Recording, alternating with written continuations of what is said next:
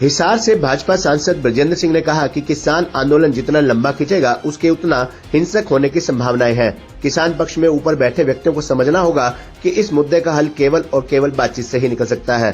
भाजपा सांसद ने ये बात हिसार में पत्रकारों से बातचीत करते हुए कही।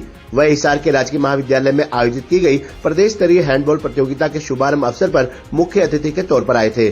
किसानों के मुद्दे के अलावा उन्होंने कहा कि देश के अंदर इंडिया गठबंधन मृत प्राय हो चुका है और ये गठबंधन किसी भी तरह से भाजपा को नुकसान नहीं पहुंचा सकता। एमपी के पिता व पूर्व केंद्रीय मंत्री वीरेंद्र सिंह के कांग्रेस में जाने के सवाल पर उन्होंने कहा कि उनके कांग्रेस में जाने को लेकर अफवाह चल रही है, लेकिन भाजपा ने उन्हें प्रदेश स्तरीय चुनाव समिति का सदस्य बनाया है, जिससे स्थिति साफ हो जाती है।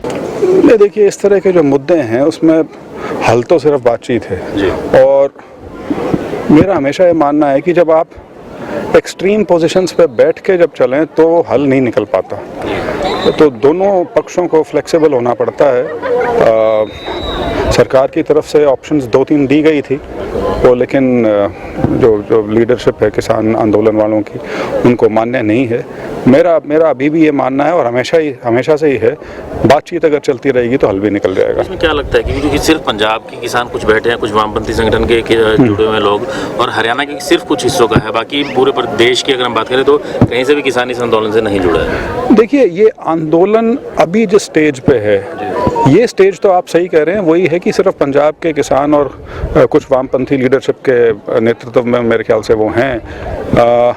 लेकिन यदि हम इसको ये सोचें कि ये इतना ही है तो शायद थोड़ा सा मैं मानता हूँ ठीक नहीं होगा, क्योंकि इस तरह के आंदोलन जो हैं वो समय के साथ बढ़ते हैं। अगर ये लटका तो समर्थन मिलना शुरू हो जाएगा, बढ़ना शुरू हो जाएगा। भले ही हो सकता है दूसरे संगठन ऐसे हों जो इनकी मांगों से सहमत ना हों, लेकिन क्योंकि किसान का मुद्दा है तो उनको समर्थन में आना पड़ता है। फिर कमोवेश जो भी उनके मतभेद रहे हों, तो इसको जितना जल्दी सुलटा लेंगे, क्योंकि देखिए जहाँ भी जनसमूह इकट्ठा होना शुरू हो जाता है और वो कई दिन तक यदि इकट्ठा रहे, उसके अंदर संभावना हिंसा की बहुत प्रबल हो जाती है और वो किसी के भी हित में नहीं होता, क्योंकि कानून व्यवस्था जो है वो किसी प्रकार से नहीं बिगड़नी चाहिए।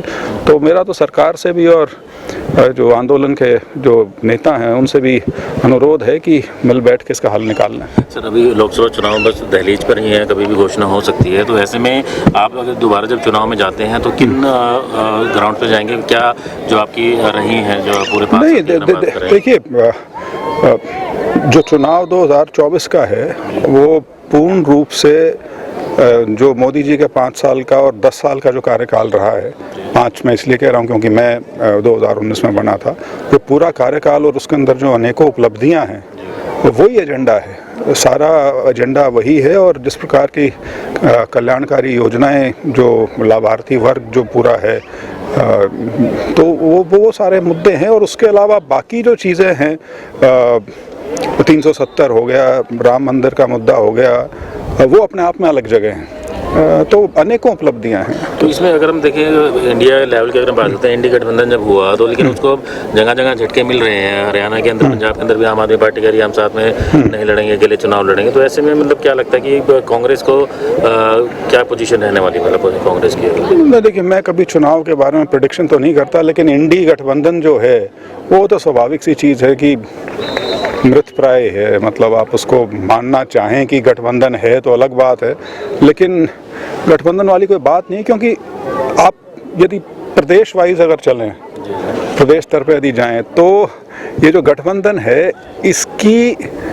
इनमें जो विरोधाभास है ये वो यही है कि ये सब अपने अपने प्रदेश में कांग्रेस से टूट के निकले हैं या कांग्रेस का वोट बैंक जो था वो उनके पास शिफ्ट हुआ है। तो ऐसा नहीं है कि वो बीजेपी को उस प्रकार से कोई हानि पहुंचा रहे हैं। तो उनकी आपस की लड़ाई है, अब वो कैसे उसको सुलटा पाएंगे वो बड़ा मुश्किल काम है, क्योंकि अभी तक तो आसार यही है कि वो सुलटने का कोई आसार ही नहीं है।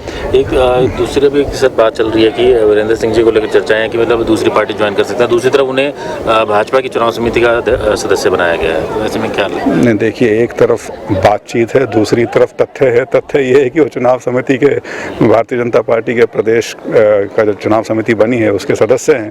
तो बाकी तो अटकलबाजी तो आदमी कुछ भी कर सकता है, इलेक्शन का टाइम है। अफवाहों का बाजार गर्म है। सर पिछले दिनों मेयर का चुनाव हुआ जी। चंडीगढ़ जी। में और कल या परसों चुनाव का वो डिसीजन भी दिया कोर्ट ने, तो उसको लेकर आप क्या कहना चाहेंगे कि बीजेपी की काफी प्रकरण रहा कि नहीं, जब सुप्रीम कोर्ट ने फैसला कर दिया और मेयर इलेक्ट भी डिक्लेयर कर दिया, उसके बाद मेरे विचार की या मैं क्या सोचता हूँ उसकी कोई अहमियत नहीं। सुप्रीम कोर्ट ने किस तरह से हुआ एक ये हाँ। मामला, क्या कितना सही था ये? उसमें कांटे के नीचे सुप्रीम कोर्ट ने जब गलत कहा है तो गलत ही हुआ होगा, बात खत्म।